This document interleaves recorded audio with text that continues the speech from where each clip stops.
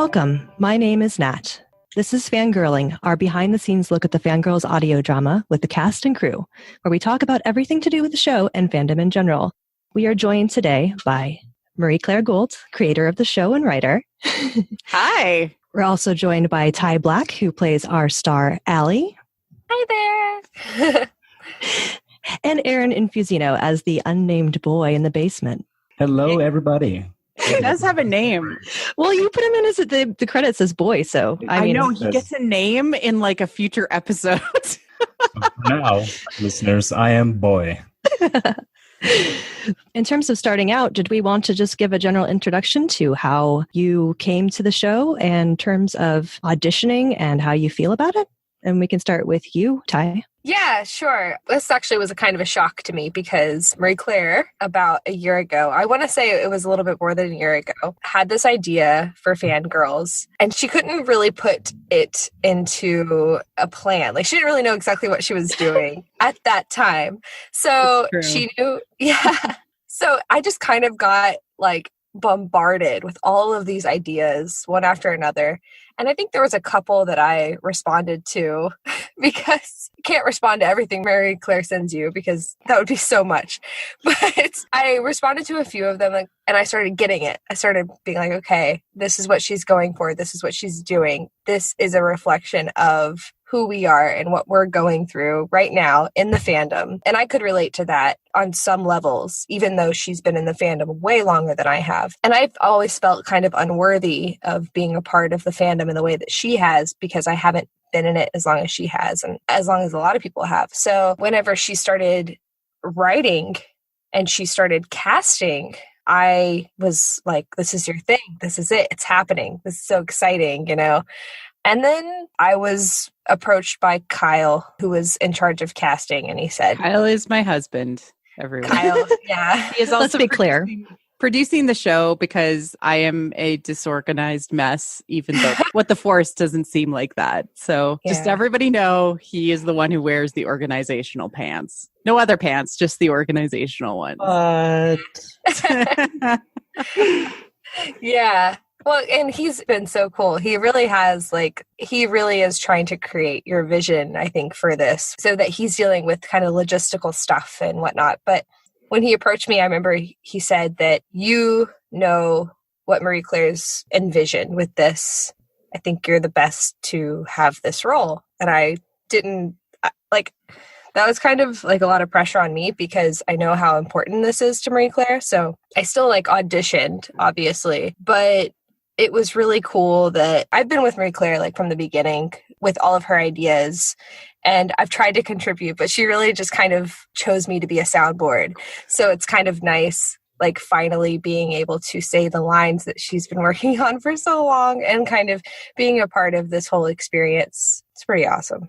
That's really great. Yeah, it's nice to be able to see your friends' visions through to the end, right? I mean, yeah, she's incredible. If anybody knows Marie-Claire on any sort of personal level, has interacted with her at all, knows that she definitely says things that kind of put you into a different frame of mind a lot of the time. And being along the journey with Fangirls with her has been a totally different thing entirely. So yeah, it's cool. She's making faces, but I think you might be making her blush, but I'm sorry. She deserves it. No, thank you. That's all you're getting out of me. On behalf of everyone involved in this project, thank you, Marie-Claire, because you have created something really wonderful here. Thank you. So, Aaron, I know that you have previous experience with being recorded, and do you have any other voice acting experience, or was this the first for you? No, for me, this was definitely a first. I mean, obviously, I have a prior relationship with Marie-Claire and her husband, Kyle, through our D&D campaigns that we're doing. And yeah, for me, it was I didn't really know a whole lot about the whole fangirling thing that she was working on. It kind of came up in conversation. And she said, hey, I'm doing this thing. You should do this thing too. And I'm like, okay. because I had never done any sort of voice work other than what was on the podcast. And and then I got the script, and my role, again, for me, I'm not really a major Star Wars guy, so I'm kind of reading through it. I'm like, okay, I'm picking up bits and pieces. Episode 9, that was a thing. That's the one where Kirk fights Spock or something like that, one of those two things. Accurate, right? So, but no, for me, it's been really fun. Auditioning was kind of non-existent for me. I cast you. That's what happened. She cast me. And then we actually recorded like in our studio, in our basement. And that was cool. Yeah, I got to sit at the head of the table where Kyle usually sits and tells us all the things we're doing in Dungeons and Dragons. So that was kind of good. Yeah, I mean, no, it's just been really fun, and kind of reading through and kind of echoing what Ty said. I mean, anyone who knows Marie Claire knows she has kind of an affinity when it comes to Star Wars, and just a small amount. So no, this has been fantastic so far, and I mean, I'm really excited to hear what episode 1 sounds like and continuation and how the rest sound like. So yeah, just happy to be here. And again, to Marie Claire, thank you for the opportunity to let me be part of this. I hope you get lots more fanboy voice acting gigs in the future. I am agreed. Totally down for that. Yeah. Since we're on the subject of our participation or love of Star Wars, on a scale of 0, what's a Star Wars, to 10, I own a limited edition Jar Jar Binks wristwatch. How much of a Star Wars fan do you consider yourself to be? And we'll actually table this to, Marie Claire, since we know that she's involved. Oh, God. I have a Star Wars podcast. I feel like that just instantly makes you somewhere in the 10 range. Maybe an 11? Maybe an 11. So recently I recorded for Lipstick and Lightsabers, which is, I believe my episode will come out after this. So I'm going to cheat and use my answer again. I like to view Star Wars as the puzzle that I'm constantly trying to solve in my brain. So trying to understand how it interconnects with us culturally in a large scale, and how it interconnects with other genres, fiction, philosophy, psychology. Really, because Star Wars ends up kind of asking us questions of humanity.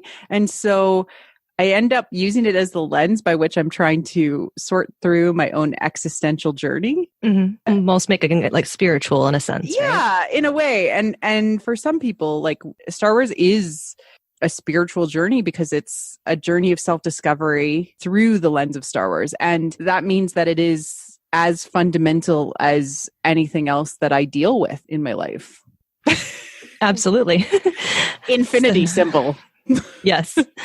And Ty, I know that you said that you're more recent to the fandom, but how do you feel about it? Well, obviously, like, Star Wars kind of brought me into fandom in general, like in a serious way. Mm-hmm. Like, I always joke about professionally fangirling with people and about everything, Star Wars, or my latest obsession with a certain drama, like a certain Asian drama, K-drama. But there is a way that I look at media, kind of the way that Marie Claire looks at like her life in general.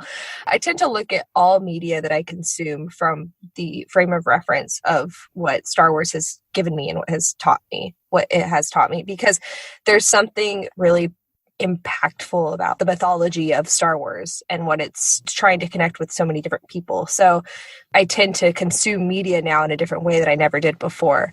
With that being said, yes, I am new to the fandom, so it has changed my life. I still find myself questioning, am I that big of a fan? Because, like, some things don't resonate with me the way other things do. But then I find myself getting excited about Marie Claire, like, keeps talking about she wants to make me like a necklace with, it's not a TIE fighter now. See, I don't even know the name of the ship anymore. But it's an X-Wing. Yeah. Was it an X-Wing? Because I know that one. There was an A-Wing, but I couldn't find one. Yeah. You couldn't find an A-Wing. So you were like, well, maybe I can get a TIE fighter, I think. But yeah, no, I really wanted an A-Wing because Tally deserved better. Exactly. Yeah. So, I mean, at least I feel like sometimes I'm like, oh yeah, I'm a big fan because I know who Tally is and I know what an A-Wing is. But when it comes down to it, that isn't, it's never been my part of the fandom to obsess over the ships. It's been my part of the fandom to obsess over the themes and the romance. So, and I'm okay with that. I'm happy with that. Well, ships is technically romance, so I don't think that makes you any less of a fan if that's your focus, right? Ships or ships? We don't need to differentiate. I think either one is fine and just as valid. I like that answer.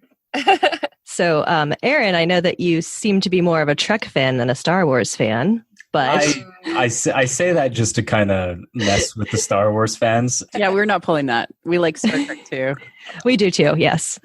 For me, and this is probably going to sound really bad on a Star Wars related podcast, but I've never really been a massive, big fan of Star Wars. Like, I've never really been into the fandom, and things like that. But I definitely respect the following that Star Wars has. And especially for someone like Marie Claire, just hearing her talk about, I equate Star Wars to a lot of things in my everyday life.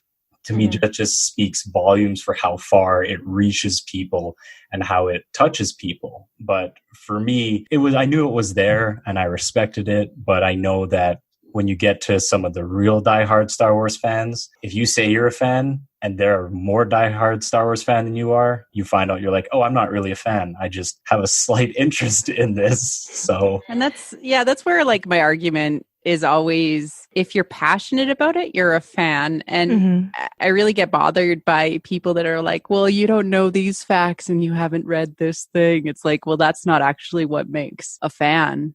And that's what this story is kind of about in some ways, is that we have to accept people in this fandom, regardless of the levels of, where they are. And some of your lines, Aaron, in the audio drama actually reflect that quite well. Yes. Well, and even reading through some of the lines, I'm like, I don't recognize any of this at all. Like, even looking through some of the things in the script, I was like, what is this?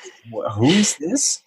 What are you referencing, Marie Claire? Like, who is Ernest Klein? What? Who is this person? I don't know these. You have heard of Ready Player One, right? That was a good movie, but yeah, I mean, again, going back to it, for me, I definitely respect Star Wars and what it's done for people, but me personally, I was never that much of a massive fan to go out and say, oh man, I got to go see a midnight release, or I got to be the first to get this.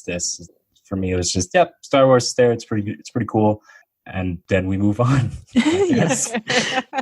Was there anything in your life that you became obsessed with that, you would feel like you could take a road trip for? For me, definitely would be anything gaming related. I'm a huge gamer, as my wife and probably Marie Claire, you know me pretty well, so you can probably attest to that as well. So, no, I'm a big gamer, so I'd love to go to anything gaming conventions. I was at BlizzCon last year for Blizzard games, and I'm really big into the esports culture and things like that. And yeah, that's mostly for me. It's just definitely gaming is the thing that I get attached to and have been attached to pretty much my entire life. Awesome. You're a nerd. We're all nerds here. Let's just be real. It's kind of hot kettle. Yeah, exactly. Totally. Okay, moving into the subject of the episode, because I think we can leverage this from the topic of gatekeeping, as in terms of how fans are judged or considered real fans by other people who claim to have been in the fandom longer or know more facts. In terms of the episode itself and playing these roles, what was your favorite aspect of it? We'll start with you, Ty. Is this like a question of what's my favorite part in the episode one? We can kind of keep it. Okay. Yeah. I definitely, there's so many things I like about the first episode, because I've listened to it maybe 3 or 4 times in the different drafts that it's been in. And I think that this last time I listened to it, my perspective changed a little bit. I really liked Allie being drunk. Mm-hmm. I know that sounds shallow. I know that sounds shallow, but this last time I listened to it, I was like, this is cool. This is a cool way to start the show, and it was a fun part to act, because I can relate to it. I drink, come on. We all do, especially if we're in fandom. Yeah. Oh yeah, definitely. But I remember when Marie Claire was coming up with the scene, and I'm not going to say whether or not it was based on a real person. It was. But it was. It was. Thank you. Yeah, no. I'll call it out. Her actual name is Alicia, and she posted this whole thing, and I'll get to it when I get to it. But yes, it was based on a real person. Yeah. So I think the fact that it was based on a real story, and the story was so funny. I remember the first time Marie Claire told me, I was like, I don't get it. She had to give me context for the rest of the story, and then I understood it. But, I didn't know what fanboys was. I didn't understand a lot of the parts of the story, but she told me and I got it. So when I was acting it out, when I was kind of writing the lines and stuff, that's all I could think about was that this was somebody's real story and they were actually, going through something like this. So that's my favorite part of the first episode by far. Yeah, I think you did an excellent job with the retching noises. Oh, God. And that was my least favorite part of it. I had to ask for a retake on that one. Oh, that was hard. So now that we've spilled the beans in regards to this being based on a real story, Marie Claire, did you want to add some more detail to that? Yeah, sure. So this is actually based on just a post that was made in the Galactic Fempire, which is a female-only Star Wars group on Facebook.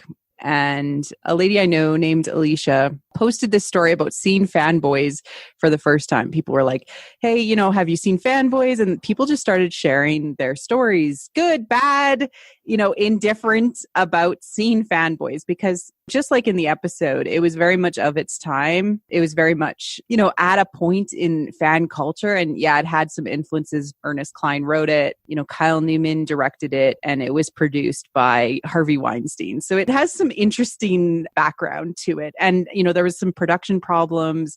They got money cut, like things got changed. Like I'm sure Kyle Newman could tell you more about the actual life story of fanboys, but it ended up being produced and came out. And, fans at the time were actually very excited about having their fan culture put out there on the stage.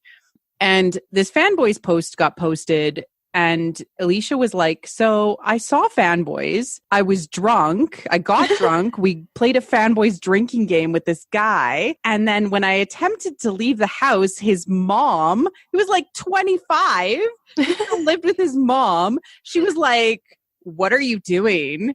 I can't believe you're sneaking out of the house. I can't believe you came over to my house. I mean, I this it obviously, but and it was a little bit different than what she described, but definitely inspired by true events that this, if the fanboy existed in this environment, Not that we're judging since we do have basement studios, but yes, exactly. living in your basement and watching fanboys. Yeah. I mean, it was just genuine, and there was no judgment as far as the situation, because I don't even think Allie judged the fanboy or the mom or anything. It was just the awkwardness of it is genuine. Mm-hmm. Yeah. We can all relate to that. That allowed me to ponder the question, why isn't there a Fangirls story? Yeah. That was the spark. That was when Marie Claire was like, wait, why doesn't this exist already? And now it does. Yes. Yeah, it's interesting in terms of myself being in fandom only for the last 3 years since the beginning of the sequel trilogy, seeing that a lot of the consideration of fangirls in general is that we either don't exist or when we exist, we are not existing in the right way. So I think the story probably relates to that in some ways in terms of Allie being a content creator, creating videos around her love and obsession. And I know you, Ty, also produce YouTube videos as well. Yeah. How's that been for you in terms of informing your role? Yeah, that was actually a big connection, I think, to the character. But, with Allie, she makes vlogs. So she's very much, she's showing her face and she's speaking the way that she naturally speaks. And I tried that, I think, a couple of years ago. And you can't find those videos on YouTube anymore, thank God. But I did try that and I realized that it wasn't what I wanted to do. So I made those private and I started, after I saw The Last Jedi, I was re-inspired and started making content that I wanted to see on YouTube. So yeah, Allie being a content creator did resonate with me. Content creators that I admire do anything like vlogging or, video essays or obviously I'm talking video, but there's also podcasts and there's metas on Tumblr and fan fictions and everything. They are a lot of content that I love to consume is created by women. Mm-hmm. Mm-hmm. So whenever, especially Allie being a vlogger, like that's a hard realm to be in as a woman. To show your face online just in that, right? Yeah, to show your face online, to use your real voice, to say your words unscripted, that takes a high level of confidence. So right off the bat, that like Allie is confident and she doesn't care. And she's like, okay, like this is who I am and this is what I want to talk about. And people are willing to listen to her because she's passionate about it. That's so cool. That's awesome. And I wish I could be more like her in some ways, not like her in other ways, but more like her in some ways. But yeah, that's cool. Yeah. It takes a lot of courage to put yourself out there, even if you're someone myself, like hiding behind an avatar or you're just only having my voice out there. I can completely relate to that idea that there is some reticence and concern for how you'll be treated online. Mm-hmm. Erin, as somebody who plays video games, did you ever do any streaming or live stuff? I tried doing streaming once or twice, but for me, it takes a lot of commitment. Like I know a few people who do stream and I know the investment it takes. Like I know in order to, to have new content and, to kind of satisfy, and Ty, you can probably relate to this as well, that you got to put a lot of time in, to always put out new stuff to, your followers are going to be saying, Ty, where's your next video? The last one was so good. And you're just like, well, I got this going on. And if you've got a full-time job and you've got a significant other or, there's so much stuff going on. So I did try it for a bit, but there's so many little moving pieces to it that, it just kind of took away from what I actually wanted to do, just to enjoy kind of the gaming aspect of things. So, I'll watch streamers when I can just to see,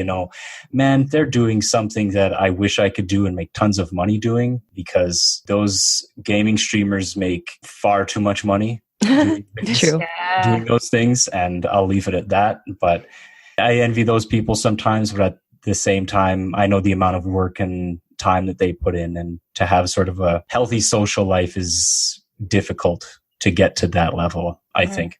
Absolutely. Yeah. It's a labor of love, especially for the first part of it. If you don't, there's no guarantee of actually becoming popular. So you have to have a certain amount of drive and investment in it beyond expecting a monetary return at some point, which I think we can all relate to. Yeah, and I'm sure for some, not everyone wants sort of monetary return. They just want content for something that they appreciate, right? Like I don't think it's everyone's expectations to be like, you know what, I'm going to make millions of dollars putting out, let's say, for example, Star Wars content. No, they just some people just want to do it because they love putting out Star Wars content, and that's perfectly fine. There's nothing wrong with that. Yeah. And being a part of the conversation, I think is like one of the biggest things I see from people that I connect with online is if they're putting out media, if they're putting out content, they just want to be a part of what's going on. They don't necessarily want to make money. They just want to be a part of the conversation. And that's really cool.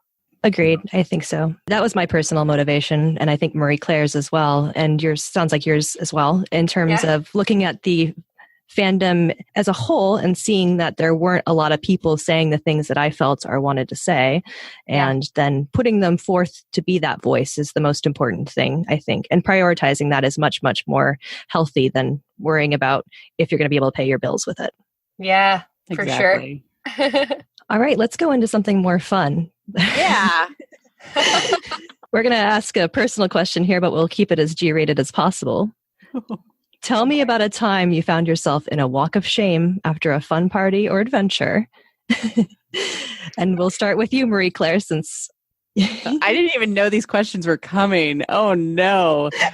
It's even better when you're put on the spot. Several. Okay, I got to narrow down to like what is the most embarrassing walk of shame that I've ever been on. I was young once. Oh, Kyle, you're going to have to cut so much silence from this. Okay, so there's the time that I literally slept over at a guy's house even though I knew he wasn't interested in me. We've been there. I don't think I've ever had a walk of shame with Kyle in my life, obviously. You'll be editing this and remember it. I don't remember any walks of shame with Kyle. Yeah, there was this. Okay, I'm just trying to decide which is worse. I feel like the staying over at the guy. So there was a house party I was invited to. I was texting this guy that I was super interested in. He was the brother of a friend, and I was visiting another city. And, I had a place to stay. It was fine. But he invited me to this house party. So I hung out and I was like drinking and having fun. And I slept over, but he was like I slept over in his bed. He's like, but I got to work in the morning. And literally nothing happened. Like he wouldn't do it. I was like, I'm sleeping in your bed and nothing happened. And then I had to go home after. That was disappointment, walk of shame. In the morning, I had to leave at 5 a.m. because he had to work at 6. So yeah, that happens, unfortunately. That was I'm literally sleeping in your bed and you're not doing anything with me. We're going to call that the walk of disappointment. That was the walk of disappointment. Yeah. That's amazing. How about you, Aaron? Oh boy. No, and see, for me, I'm kind of along the same lines as Marie Claire. I haven't really had a whole lot of walks of shame. I've had embarrassing moments for sure. I kind of have one that's very similar to Marie Claire's story. I was living with a couple of guys in the city that I'm in, and we had some people over, and one of the female patrons got a little too intoxicated, so she decided to stay over. And she slept in my bed. Again, nothing happened, but she slept in my bed. But then in the morning is where things got kind of weird. So I remember waking up and I looked over just to see oh, she's still there. And then as I looked over, she also woke up and looked at me. So I think the timing was she thought that I was staring at her while she was sleeping. Oh no. And so I left instantly. I'm like, I need to get out of my room for some reason. And then just the rest of the time, she booked it out of there, I think, as fast as I've ever seen anyone move. She's like, no, I gotta. And I'm like, is that? And she wouldn't even talk to me. I couldn't even complete a sentence to her because she was trying to put as much distance between the house and her as humanly possible. It's the reverse of my story. Yeah, it was the reverse. It was her walk of shame. It was her walk of shame, but I felt really bad. I'm like, this girl thinks that I stare at women while they sleep, which I don't. So, Paige, if you're listening, I don't stare at you while you sleep. So sad. That's a good story. Coming of age tale. That's great. That's great. And of course, you, Ty, you need a dish on this one. Yeah. I mean, I'm sorry to disappoint, but do we only have disappointing stories? Well, even worse because I got married at 20. Oh yeah, right. You've been married to your high school sweetheart. Yeah. Yeah. I've been with Corey since I was 19. So it's tear. No, I was talking to him tonight about it. I was like, do I even have any of these stories? Even if it's with you? And he's like, there was that one time. And I was like, oh, but it was the first, honestly, the only thing I can say is the first night I ever got really drunk. He was there. I was at a party and he had to carry me out. And I would say that's the closest I've ever had to a walk of shame. No, it's not. Carrying you. Yeah, because God forbid, I never wanted to be carried out of a party. I was too proud for that. But no, he had to carry me out and it was very embarrassing. But that was probably the worst. So I'm lucky that I got married young, I guess. That's a good partnership. They'll carry you out of a party. Yes, it was. He carried me up until we got to the car, and then he had nothing to do with me when we got back to the apartment. Not holding your hair? Oh, no. Oh, no. I did that for myself. Anywho. Thank you for sharing. I know that this puts everybody in an awkward situation, but if you want to feel better about yourselves, I had a walk of shame only about 3 weeks ago. I went to New Orleans, so, Oh, that's understandable. That's New Orleans. And it was nothing inappropriate happened. I just, woke up on some random bachelor party's couch and had to grab my shoes and jet out of that nice Airbnb. Anyway. That's fabulous, though, I have to say. That's a fabulous story. I am living the adult child dream. Yes. Waking up in New Orleans. Mm-hmm. That's amazing. Yeah. Love that city. Yeah. It's great. I think you guys already talked about what you liked most about the episode, but if there's anything else that you... I don't think Erin did, actually. Really? Oh, shoot. Okay. All right. Oh, yeah. Let me fix that. Also me. Yes. Okay. You like everything. You wrote it. You're like, this is great. I love everything. I did. It is a bit self-indulgent. Yeah, I mean, kind of want I guess reading my portion of the episode was really fun, especially reading it right in front of Marie Claire and seeing her reaction to me reading some of the lines, because it was my first time ever doing any sort of voice acting. And we would do a couple lines 2 or 3 times, and just seeing her kind of react to how I would say something, I'm like, oh, sweet. There's a chance that someone else will have this exact same reaction. Mm-hmm. Do this, do that. So, I mean, to be honest, I haven't heard anything yet. I was extremely disappointed that I wasn't in the preview, but Marie Claire will take that offline and discuss that afterwards. You guys are going to meet in the Denny's parking lot and duke it out over it. Yes. Oh no, up here in Canada, we only meet in Tim Hortons parking lots. Oh, that's true. Sorry. Or Humpty's. Or Humpty's, yes. But no, I mean, I think just doing the whole show so far has been really good, and it's just really fun. And I'm really excited to see what the first episode sounds like. I've already heard some things about it, which is good. I tried to send it to you, and you're like, no, I will wait until it shows up in my podcast app. That's right. I want to wait. I can wait. You sound awesome. You sound great, by the way. We're recording this before it comes out. Oh, well, thank you. I have early Patreon feedback, and you sound like a fanboy. Success. Hurrah. Is that really a good thing, though? I mean, an actor's defined by his success as the character, I suppose.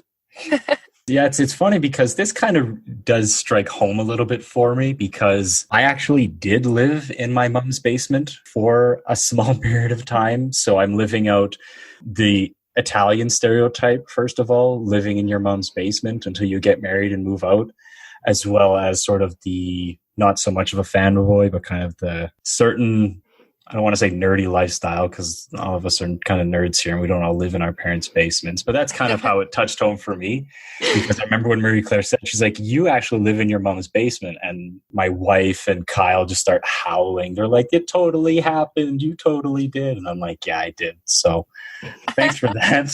Called out. Yeah, I got called out on that one. No, so that's what I enjoyed the most, was just doing my lines and having someone there to see their reaction on it. Yeah, which is not like for the rest of the cast, they don't get that love, because anybody I could record with in person, I did. And if they needed my help, I read opposite them. So I read like the lines between their lines, and I also gave them instantaneous feedback. So it was a little bit easier to make sure that they were good. And I think that the cast, now that we're at this point, we're recording episode 3, and it's they're getting really good. So you're getting caught up with that. I'm going to go into my favorite part of the episode, which is one of the ladies that wasn't able to make it tonight, Lisette, who plays your mom, Erin, in the episode. Mommy. She actually told me this story when I invited her over. She's a local actress in the Calgary theater community that I know from my work with Morpheus Theater, which is a community theater group that I'm part of. I'm actually on the board, and she's also on the board. So we just had this conversation. I'm like, you should come over because you're a mom and you sound like a mom and you'd be great. So she came over, she read the script beforehand, and she's like, you know what's really funny? And I'm like, what's really funny, Lisette? She's like, I literally had this situation happen to me where I was the mom, but I walked in on my son, like having sex with a girl. Oh, wow. Oh, wow. Oh, no. It has not happened just once, but multiple times now. Oh, my goodness. So she locked the door. She like channeled all of that rage that she was experiencing, just because like she's mad at her son primarily because he doesn't ask, and like it's still her house. He's not paying rent or anything. He doesn't lock the door. Like she just like channeled all of that rage into that scene. So you can really hear it in her voice with how like thick with like disgust it is. Mm-hmm. It's very good. She's very good. I'm very impressed with you, Lisette. So when you listen to this. Yes, shout out to Lisette. Thank you for providing us Maybe with that. It wasn't sex, but certainly somebody was naked. I don't know. That's enough. I don't think any mother wants to see that. So yeah, true. All right. So in terms of favorite line reading, let's get specific here. Ty, did you have one in particular that you liked? There's so many, but like honestly, the line, I liked the prequels. They were my first Star Wars movies. Mm-hmm. That line, that killed me every time. Like every time I read it, it was just like, oh, like, shot to the heart because they were my first Star Wars movies. And I did like the prequels. And that's something that really hits home for me because I remember when I was trying to be a Star Wars fan when I was a kid and, saying that I want to be a fan of Star Wars because of the prequels, and then going back and watching the previous ones, the originals, trying to like pick up books or novels or something, like some other content, and then being told like the prequels suck, like the prequels aren't anything like the originals, you're not really a fan if you think the prequels are better than the originals, like your lineup has to start with Empire Strikes Back, that's the best one, everything else the prequels are always last, like whatever. So that dispelled me from the fandom, like that got rid of me until The Last Jedi. So yeah, that was my favorite line. That's my favorite line reading because I felt where she was coming from. You had that personal experience. Absolutely. I think we all kind of did. Yeah. I mean, history repeats itself and now too. But do you have a favorite prequels movie? I actually liked the Phantom Menace like a lot because that was first one. So it has like a very sentimental part of me. My favorite prequels movie is the Clone Wars, which is like the most hated one. Like at first it was the Phantom Menace, but kind of like Attack of the Clones. Clone Wars. Yeah, sorry, Attack of the Clones. The Clone Wars is a different movie. Hard to say though. It's so hard to say Attack of the Clones. So, and most of the time it is the most romantic of all of the Star Wars. It is. That's why it's the best one. It was fun. Like Phantom Menace was fun when you're a kid because Anakin was a kid. So you're like, I relate to this because I'm a kid, or the pod racing and cool. And Darth Maul, cool. But, you grow up a little bit and you're like, oh, Padme, Anakin, falling in love and the dresses and the fashion. And, it's so good. It's so, so, so good. But yeah, that's my favorite one by far. Awesome. Yeah, it's good to see somebody give love to Attack of the Clones. It's definitely not the most lauded one, but it is really important to the entire saga, I think. Yeah, I agree.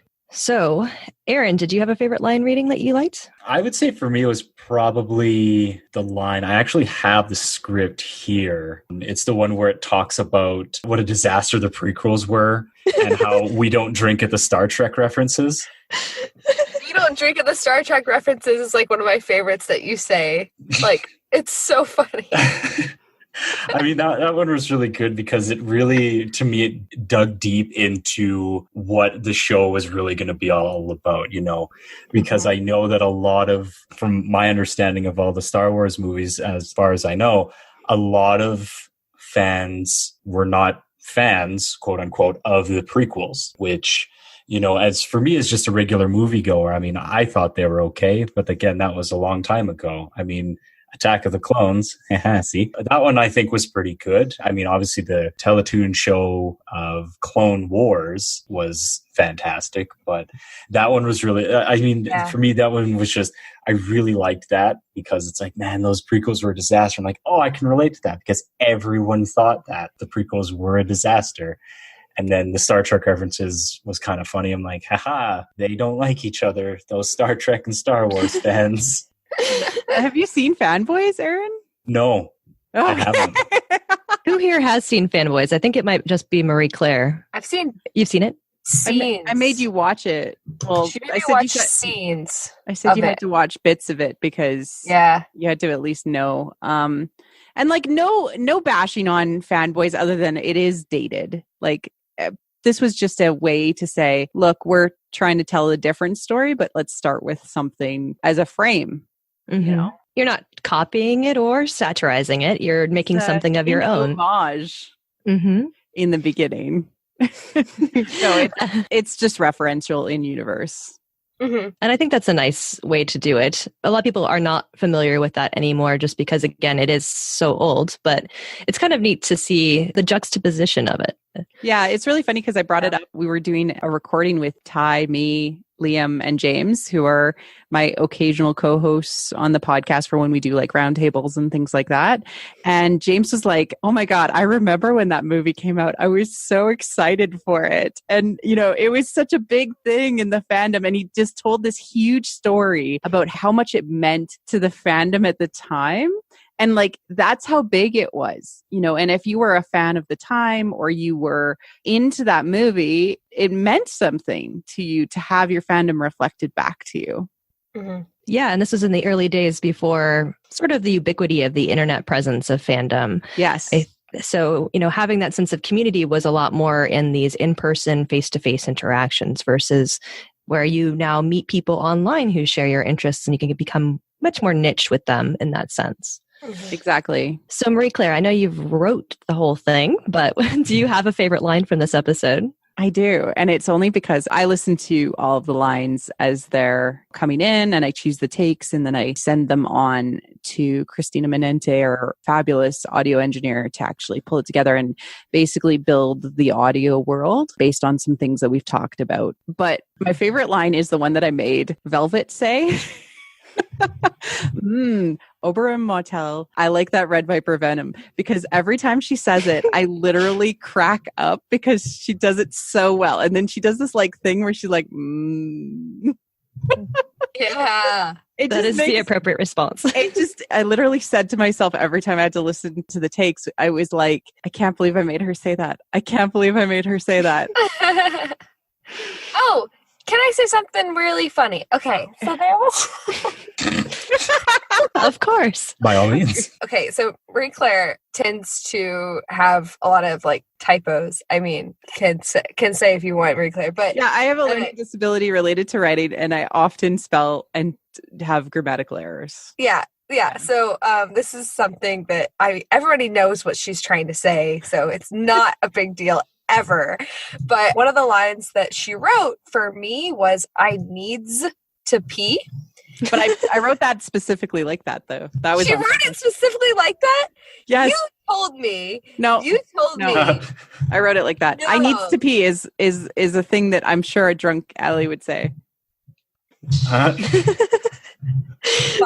I'll give Mind blown. But I needs to pee is amazing because you're like drunk. Yeah, well, I remember this going down differently. Okay. If I said that I messed up, it could have been like I was trying to like look at the script and be like, where did I screw up? And I'm like, I'm sure I screwed up. I'm sorry, but no, I think I wrote it that way because I thought you wrote it that way. I thought after the fact that it's fine. Yeah.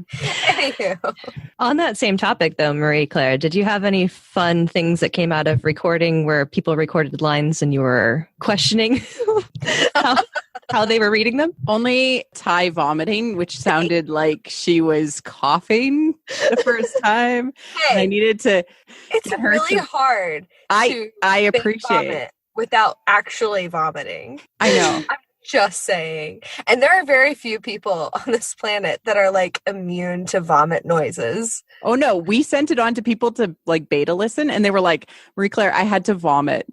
Because the first go around, Christina had done such a good job and Ty had done such a good job of acting it up. It is calmed now, the vomiting. Yeah, but the first, it sounded like somebody was vomiting and it made people need to vomit. It was bad. People, like, I'm gagging, Marie Claire, you gotta cut this. That's not the kind of review you want.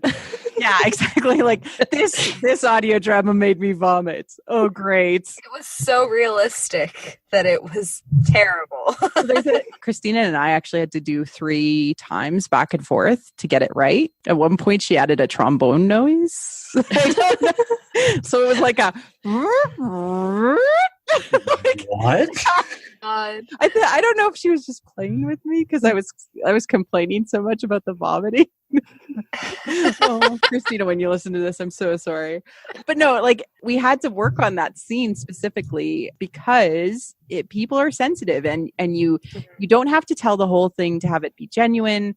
You do have to have it be enough that it feels real. There's a fine line between realistic and too much. Making people actually vomit while listening. Yes. Yes.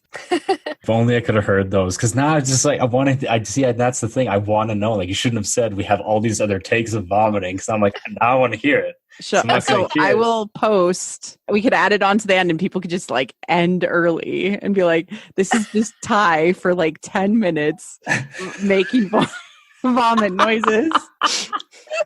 10 minutes, really? That's a lot. I mean, it was a lot. It was a long time and you did a bunch of stuff. You were like groaning and like I went like I did the oh no, and actually made it in. Yeah, that one made it in. Yeah. Oh no, and you're like, oh, like lots of that too. Yeah. Oh man. Yes, that's a Patreon reward waiting to happen right there. It's got to be somebody's kink, right? Like, is there a director's cut version of the episode that you can put out? I mean, I think Christina probably has the original one with the like, it's like a solid 30 seconds. Long. Yeah, it's so long. I listened to it. I was like, right there. This is like when everybody complains about scenes being too long in movies, like they're like, that Canto Bite chase scene is too long. It's like, these are the types of decisions that directors need to make. I could have had a 20-minute long episode, but I had to cut out like a minute and a half of vomiting, okay? So that nobody got actually sick listening to the episode. Or recording it. The difficult decisions that we make, for sure. The heavy crown that the director wears. I love it. I want to speak on behalf of all the fans that we probably should have an outtake reel eventually. Mm-hmm. So maybe it'll make it into a special feature thing. I don't know. Yeah. I like that. We have all the audio. I have a lot of one particular future voice actor being like, what the hell are you thinking? To themselves? Yeah, like commentary to themselves. Like, why are you doing this way? Like, yeah. That's gold. Amazing. I mean, most of them like are semi-professional, and so they actually edit their own audio, and make sure that it's nice and clean before I get it. This particular one felt like I needed to hear the commentary, so it's funny. Amazing. Whatever makes you laugh during the slog of re-listening and editing, correct? Yeah, exactly. I mean, it does take quite a long time to review the audio, to select takes, and I know Christina does a lot of work into the actual production part of it. Yeah. We appreciate the effort you put into it. We know it has been a long labor of love, but it's got to feel good to see it coming into fruition. For sure. Yeah. Yeah. It's fantastic. And just to call back to what Ty said about Marie Claire's spelling and grammatical errors, my name is actually spelled incorrectly on the Fangirls website. Oh. Well, I can change it before this comes out. Should have left it. That was Kyle. That's a Kyle thing. This is a Kyle thing? Oh, yeah. Even better. The producer. Yeah. So this will probably be changed by the time it comes out, unless I don't tell him. So then I am now known as Araon, Araon. Araon. Oh, nice. That kind of sounds like a D&D name. Yeah, your name is actually Sean Franklin in the story. I totally didn't remember that, but spoiler alert. Jeez. I know, right? Sorry. No, it's fine. Yeah. I'm so glad you have a name. Yeah, you have a name officially now. I have just given it to you in the world. Nice. No, I'm sure Kyle will change it as soon as he hears this podcast note. I'm sure. Nah, he's gonna leave it. He's gonna be like, I'm gonna watch him stew for a bit. Theoretically, it's spelled wrong on the post too. Now I need to go check. This will be my first and last voice acting endeavor, if this is how it's going to be going forward. No one will know who you are. Yeah, and your name is literally spelled wrong everywhere. Wow. This is just going from bad to worse. An impressive typo. I mean, I just checked on your bio page too, and it's spelled wrong everywhere. How did you manage that? What do you mean, how did I manage that? I mean, I assume that your picture is very, very stylish, though. It looks like you're in the office. I was in the office when they took that. I was standing at my desk and they just took that photo. I was like staring at it. I don't know why I had my sunglasses on. Oh no, I think because I have prescription sunglasses and I left them on and I was too lazy to go out to my car and get them. So I'm like, I'm just going to wear my sunglasses at 10 in the morning. It's definitely a different version of the Corey Hart. I wear my sunglasses at 10 a.m. Sure is. And just a reminder to everybody to go to whattheforce.ca to go view this wonderful picture. Yes. Yes. Under the Fangirls area, you can find all of the things about the Fangirls. Did we have any other social media information that people wanted to plug and share? For me, I only have my Twitter. It's at ArrowInfusion. And you can also follow me on Instagram at Aaron.infusion. I don't know why, but that's my Instagram handle. So Nice. Feel free to follow me on either Instagram or Twitter. I have 4 pictures on my Instagram. One is of hot dogs on a barbecue, one is of a garage sale, and 2 are of my dog. So everything that Instagram should be used for. Instagram is literally for posting our children, and those children are animals. So, Yep. Absolutely. I also know that, of course, you are doing recording of your D&D sessions. Did you want to talk about that, or? Yeah, you can also follow me and Marie Claire on our adventures through the Yawning Portal at taverntales.ca. You can have a listen to all of our escapades featuring Tales of the Yawning Portal, The Sunless Citadel, Dungeon in a Box. We actually finished The Forge of Fury last night. Fury, yeah. Nice. So we're going to be moving on to, I think, another Dungeon in a Box, and then the next one, which Shrine I can't of remember. Tamochen. Sure. So can I ask what class and race did you play recently? So this campaign we were all dwarves, and Nice. I played a rogue from Brooklyn who kind of talks with an accent like this. For those of you in the States, they call me Oscar, the dwarven rogue. So how y'all doing? That's very good. Yeah. And so Marie Claire played a bard. Yep. And I can't sing.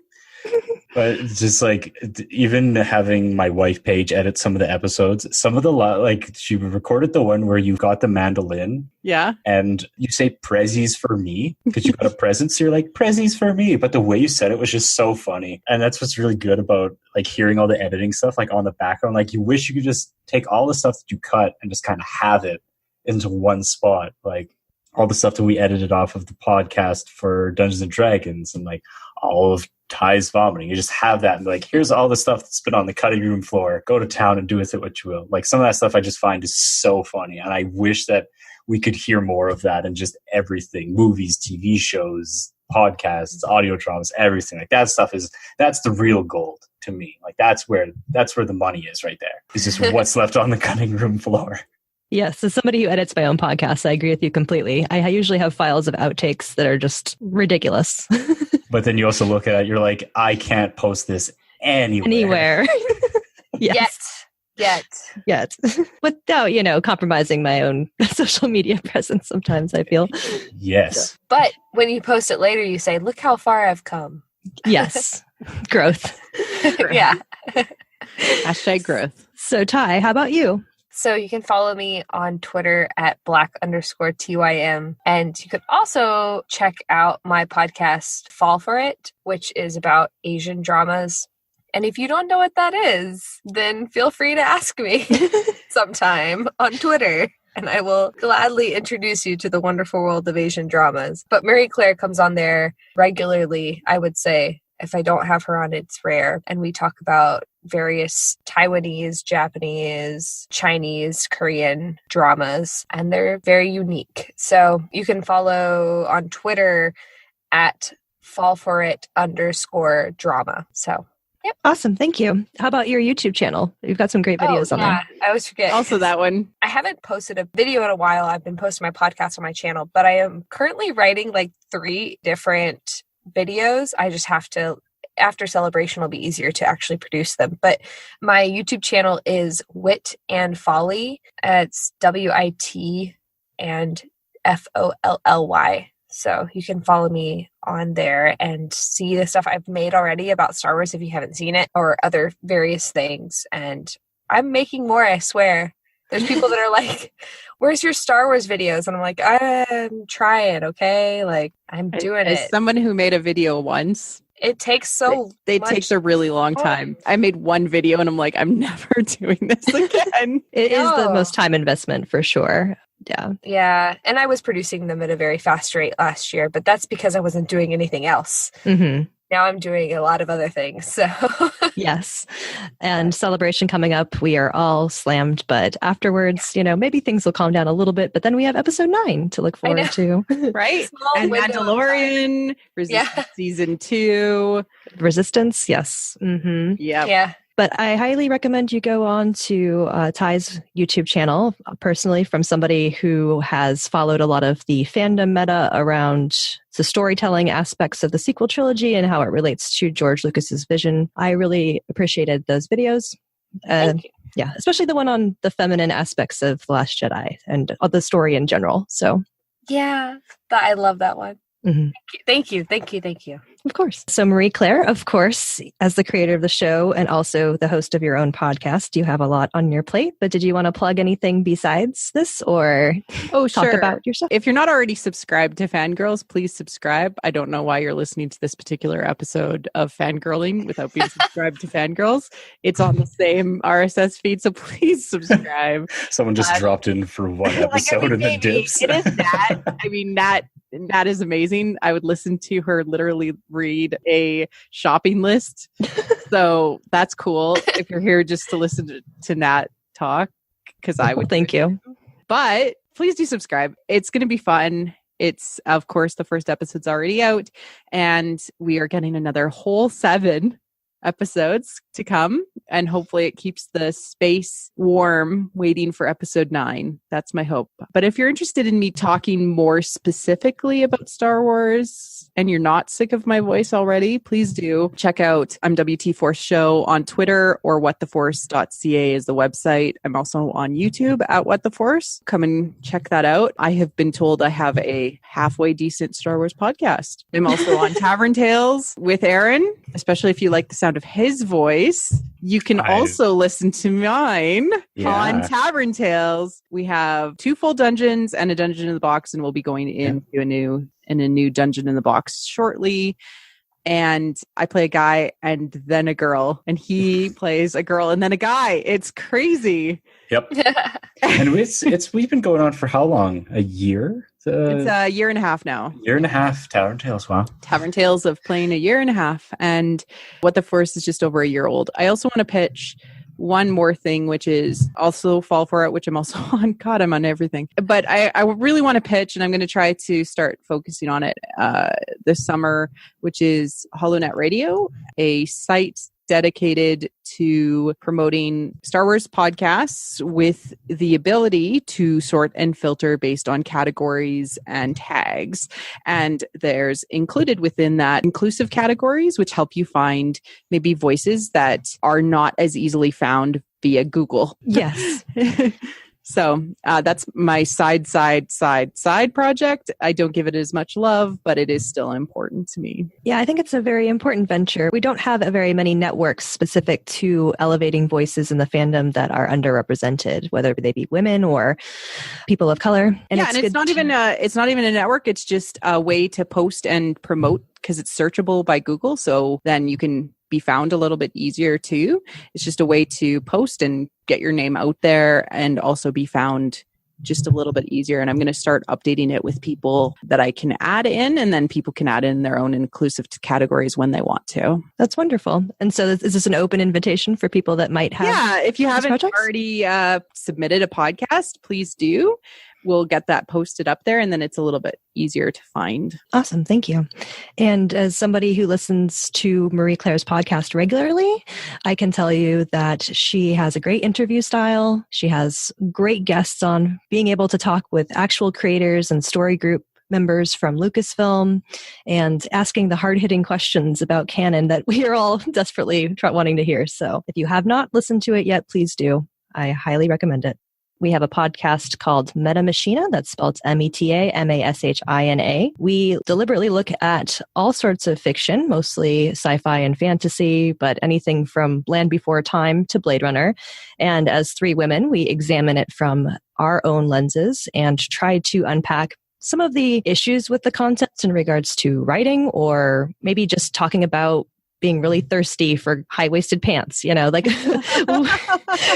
we have a wide range of topics, but they all center around the female gaze. So check that out. We're on Twitter. We have our own website. And if you want to follow me on Twitter so that you can see me getting really angry about trivial information in the Star Wars fandom, I'm at Ashes for Foxes on Twitter. So thanks again for listening. And if you are looking forward to episode 2 of Fangirls just as much as we are, come back on April 25th to hear the next episode. Or if you are part of our Patreon on What the Force, you can also get that episode a week early or on the 18th.